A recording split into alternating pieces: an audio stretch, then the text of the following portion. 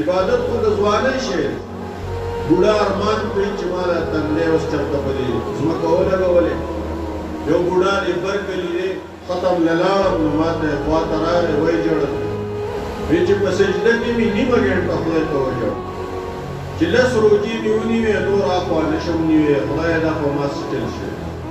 د شوګر د لاسه نور روجې نشي نیوې بوډاګان عجزان بیا عبادت پسې جاړي ارمان وخت ځوانۍ خپله ځواني په عبادت باندې توی کړئ تلاوت ډېر کوئ نوافل کوئ ذکر و اذکار کوئ مونږ کې دا یو غلطي ده چې دا ځواني ده دا لټوالي ده